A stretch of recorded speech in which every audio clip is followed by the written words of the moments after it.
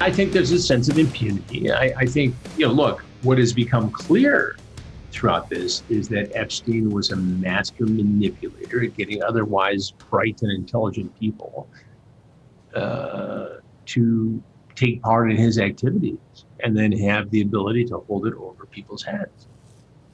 No one has said to me or anybody else that I've been able to read that he was a genius when it came to multiple financial instruments.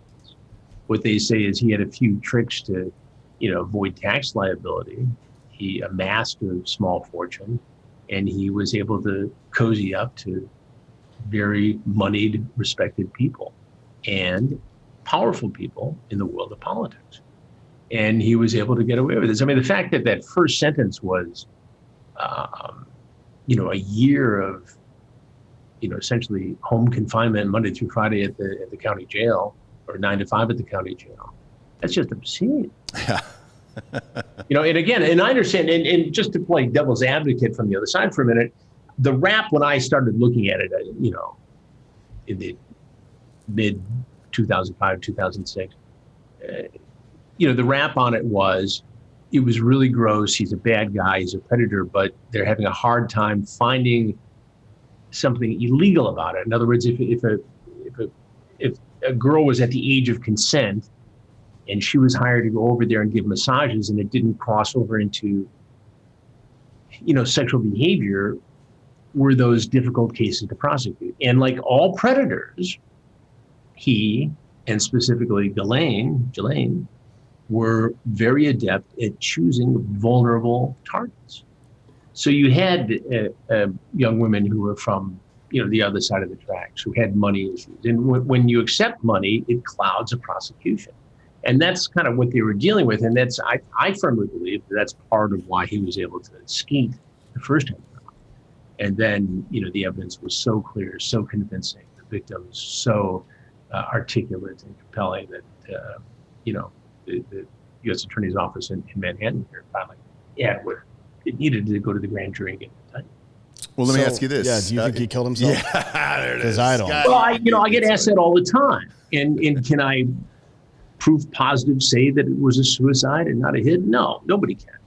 I can tell you what the medical examiner's office says. I can tell you that the injuries, although on the high end of homicide versus suicide, are consistent with some suicides. What's shocking to me is that this could happen in a federal corrections center in the biggest city in the United States, that there was that lack of supervision, that it was that shoddy, and we knew it was shoddy, but we didn't think it was this shoddy. So it's going to raise questions. Was somebody paid off to look the other way? Was there some involvement? And I suppose we may never know. But yeah, I mean, a lot of shenanigans go on in federal and state prisons. We know that. Drugs get in, phones get in, all kinds of stuff happens. Was he the kind of guy who figured, okay, this is it and I can't live with this? Yeah, I think he was capable of committing suicide. Did somebody urge that along? I mean, how do you not monitor somebody like that who's already committed suicide? Yeah, and I looked at those pictures inside the jail cell afterwards. There was so many clothes and sheets, and there was a sleep apnea machine. I don't know who gets any of that in prison. Well, you do if your doctors say you need it for medical treatment, and if you've got a team of lawyers who are pushing and pushing and pushing, you're going to get it. If you're some mope with a public defender, you may not get it. So I'm not saying it's right. I'm not defending it. I'm just saying, it doesn't shock me. What shocks me is that he was supposed to be under some sort of, medium hold suicide watch, because he had apparently tried this before, and that he was able to pull it off as such a high profile detainee. He knew he wasn't going to get it. It had become clear. I think he was living, based upon the people who are close to the case. I'm in pretty close contact with a lot of the lawyers involved. And so you get a sense of what's going on. But at some point, he gave up the notion that he was ever going to get out of prison. Yeah. And break out or buying his way out. He wasn't in I don't know, man. Foreign I don't land know. anymore. I don't So know. he knew this was it, and he wasn't going to Maybe. I mean, you don't see any scenario where he brings down some of the extremely large names that we've heard. Oh, I think he could have. Obviously, he knew. And he like knew get something some on a lot of recompense. people.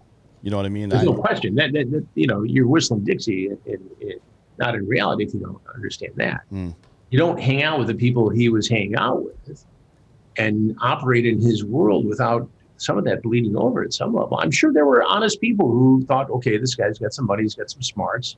I'm sure there were some, single guys who thought, oh, he's a cool guy, he's a multi-millionaire, he's got a place down in the Caribbean in a private jet. Let's go. Right. Well, we talked about it before. It's what you do once you figure that out. That is, judges your character.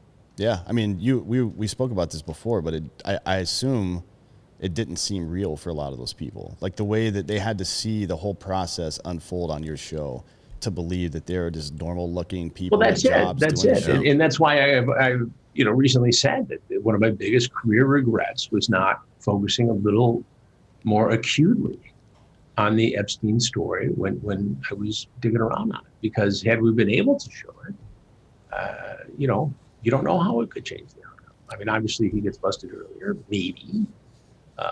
People know about the details earlier, maybe. Is it a great television program? Absolutely. Yeah.